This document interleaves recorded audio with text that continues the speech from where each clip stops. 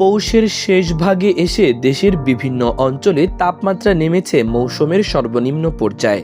রাজশাহীতে গতকাল মঙ্গলবার এ বছরের সর্বনিম্ন তাপমাত্রা 7 ডিগ্রি সেলসিয়াসের রেকর্ড করা হয়েছে।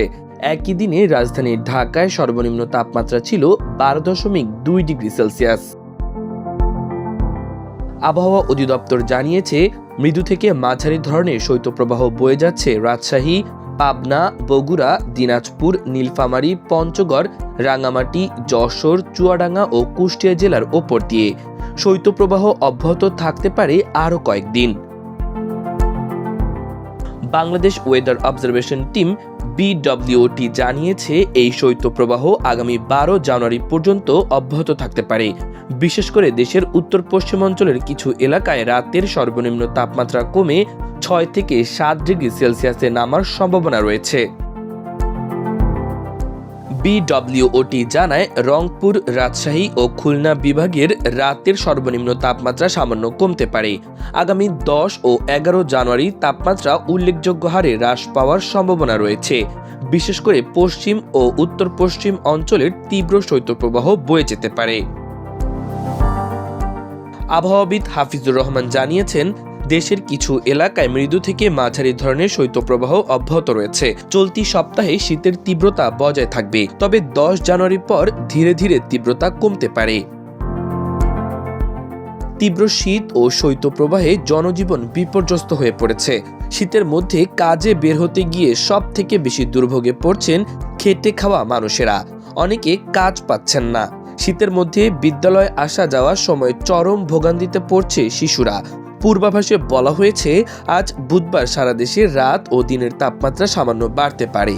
বৃহস্পতিবার রাতে তাপমাত্রা প্রায় অপরিবর্তিত থাকলেও দিনের তাপমাত্রা সামান্য বাড়ার সম্ভাবনা রয়েছে।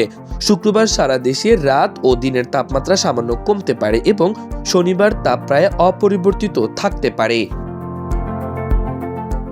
আগামী 5 দিনের আবহাওয়ার পূর্বাভাসে বলা হয়েছে, শনিবার পর্যন্ত আকাশ অস্থায়ীভাবে আংশিক মেঘলা থাকতে পারে এবং সারা দেশে আবহাওয়া শুষ্ক থাকবে। এই সময় মধ্যরাত থেকে সকাল পর্যন্ত দেশের বিভিন্ন এলাকায় মাঝারি থেকে ঘন কুয়াশা পড়তে পারে, যা কোথাও কোথাও দুপুর পর্যন্ত স্থায়ী হতে পারে। ঘন কুয়াশার কারণে আজ এবং আগামীকাল বিমান চলাচল, অভ্যন্তরীণ নৌ পরিবহন এবং সড়ক যোগাযোগ সাময়িকভাবে ব্যাহত হওয়ার আশঙ্কা রয়েছে। কুয়াশাচ্ছন্ন আবহাওয়ার ফলে এই 2 দিন শীতের অনুভূতি আরও তীব্র হতে পারে।